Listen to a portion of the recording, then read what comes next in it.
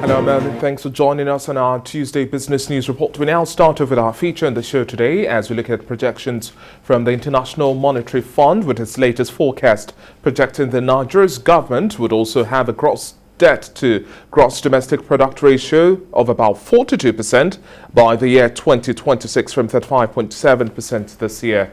The IMF said this in its October 2021 fiscal monitor report published on its website and stated that Nigeria's gross debt to GDP ratio would further increase from this year's 35.7% to 36.9% come 2022, 37.7% in 2023, and 39.41% in 2024, while it would also hit a high of 40.6% in 2025. According to the report, the gross debt includes overdrafts from the Central Bank of Nigeria and liabilities of the Asset Management Corporation of Nigeria, AMCON. It also says that the general government revenue to GDP ratio would decrease from 7.2% this year to 6.5% in 2026, while the government expenditure to GDP ratio would also decrease from 13.3% this year to 12.6% come 2026. And joining me now virtually to discuss this and much more, I have public finance and policy analyst Olusegun Elema. Good to have you on the breakfast show this morning. Thank you for having me.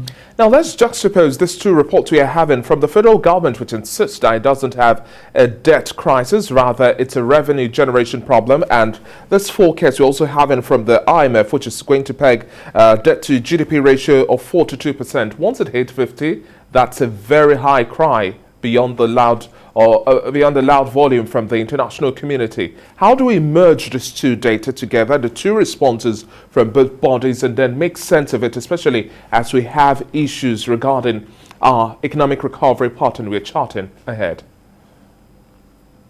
Yeah, thank you.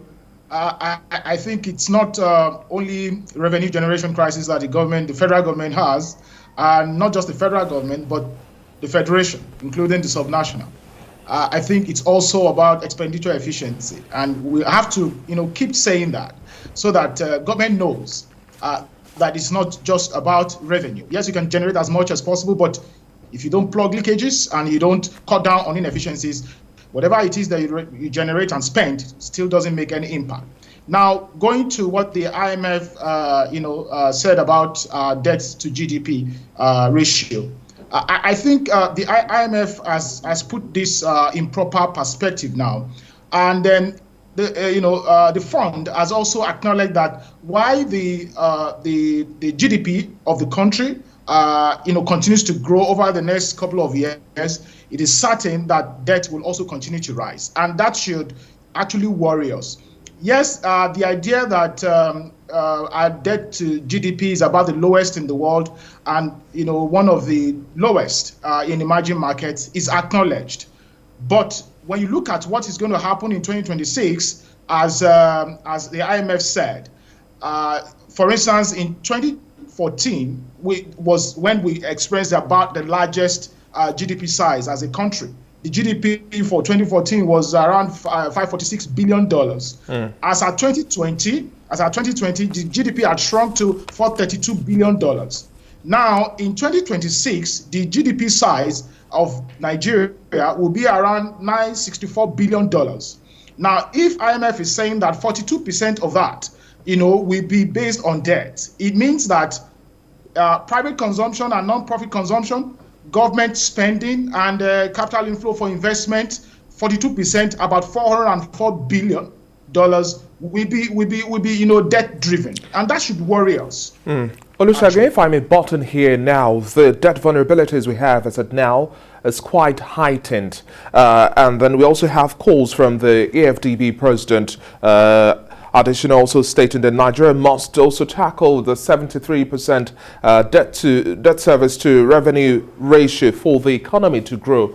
We keep on servicing debt, and then you look at the volume, the pattern we have, even looking at the 2022 budget as well, because this year is largely gone. We don't know what new shocks or curveballs would have for the year 2022. So spending as much as we are right now on debt servicing and recurrent expenditure it's difficult to maneuver through for any government at this point in time. Do you see any light at the end of the tunnel in terms of reducing the size of our borrowing, going by a local production base, our exporting base, insecurity, and a whole lot more?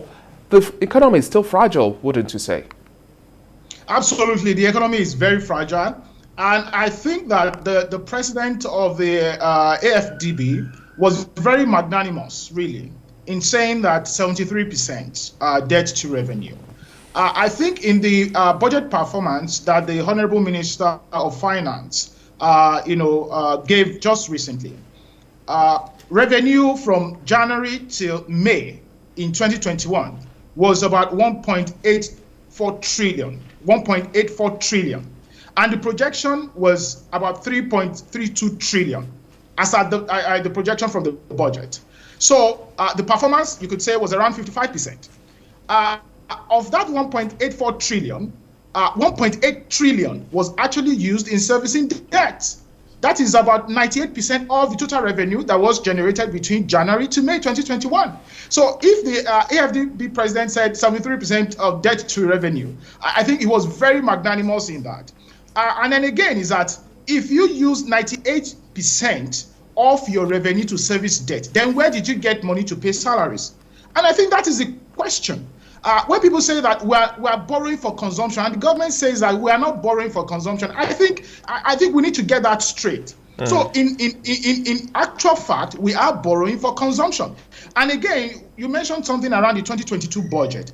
I've said that, I mean, it's sad to say, but the budget, based on those parameters that the president gave, it's not implementable. And I'll give you reasons.